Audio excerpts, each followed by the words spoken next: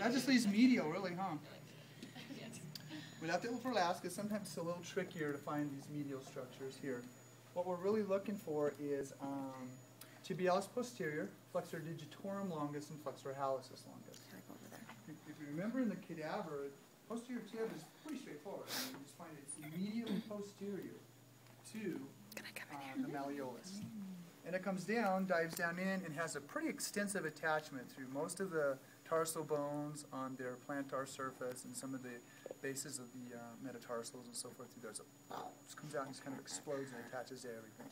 Right? That's the noise it makes.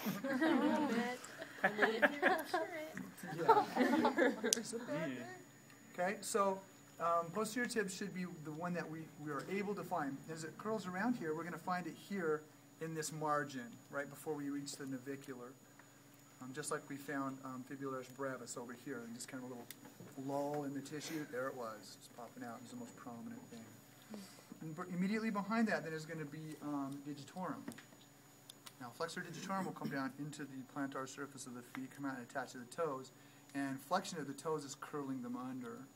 So that's how we're going to activate and try and find and distinguish that tendon as we do this. Then the other one is hallucis, which is, if you remember in the cadaver, it's fairly deep and it tends to want to go way deep, high up. So we have a couple of options. One of them is to try and find it up in here. It's kind of stepwise up and back from posterior tib to digitorum to hallucis. You may or may not have any success with that. Right, Darren? Well, I was thinking it attaches to the fibula, so... It comes from the fibula, it comes posterior. This is where we find it. It crosses way up there. Yep, comes up here, and well, crosses down here, literally crossing. But it's in the posterior portion. It comes off like this, comes at an angle. Comes around here, comes down to its attachment points. Okay, like the crossing of digitorum and hallucis actually occurs. Their tendon is crossing down on the deep foot. Right?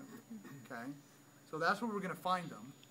But we're really not real happy with hallucis. Another option for hallucis is for us to go down here deep in the foot, put our fingers deep into this tissue, and then have her flex hallux against that, and we can find it right there. Also down, there you go, right there. Okay, so there's a couple of options for that.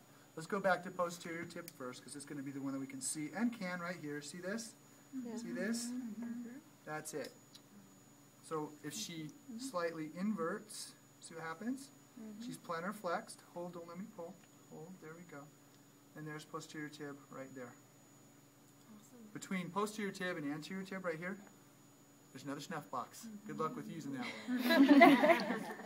Okay? It's not really a snuff box, but it looks like one. Okay?